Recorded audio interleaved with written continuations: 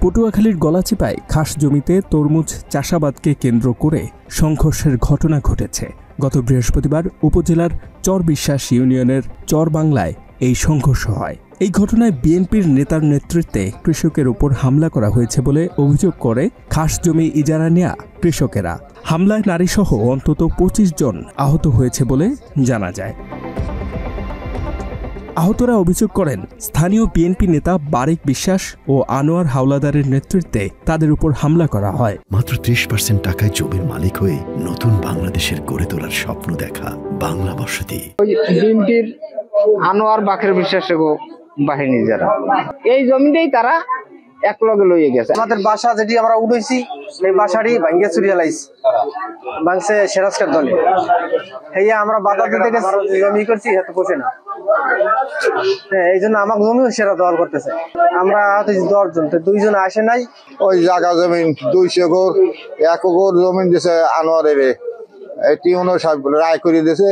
হ্যাঁ রে 8 লাখ টাকা দেওয়া লাগবে। আমরা টাকা কাইল লই আইছি, টাকা রাখাই নাই। ওসি সাহেবের সঙ্গে গেছি, ওসি সাহেব কইতেছে আমি ও টাকা দেবো না, যে ওটা হ্যাঁ ওই সেরা লইয়া বুঝ করে দাও। আমরা আবার ডাইরেক্ট একাল গলা চিপে গেছি। 8 লাখ টাকা ওই অফিসে জমা দেবে, আমাকে অফিসে জমা দেবেন, বুঝলেন? এই আমরা টাকা জোগাড় করে কাইল লই আইছি, 8-10 জন মানুষ আইছি। আমাকে দেখে কাগে আমরা টাকা জমা রাখবো না। এইবার আমরা যাই আনোয়ারে দেখলাম, বাবা এই ঘটনা, টাকা রাখবে না। না রাখলে আমি কি বুঝলেন? আজকে তো আমি যাইয়া ওই পাগল লাগ গেছি মারপিট। আমাকে ওই আনোয়ারের যে 200 করে দেশে হেয়ার মধ্যে বাসা, হেয়া ভাঙ্গে চুরিয়া তস না তস লাড়ি ঠ্যাঙ্গা লইয়া যাইয়া। এইবার আমরা মেলা করে গেছি। এইবার যাই আমারে শুরু করছে, বাবা আমি আইছি।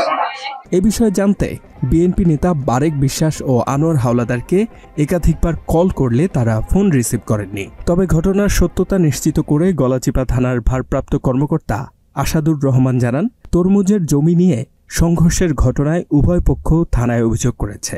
তদন্ত শেষে আইনি ব্যবস্থা নেওয়ার কথা জানান তিনি। শহর নিয়ে খাস জমিনে 2 পক্ষের মধ্যে মারামারি, 2 পক্ষেই আহত, উভয় পক্ষের অভিযোগের ভিত্তিতে মামলা হয়েছে। মামলা তদন্তাধীন। H M Ataullah, Bangla addition.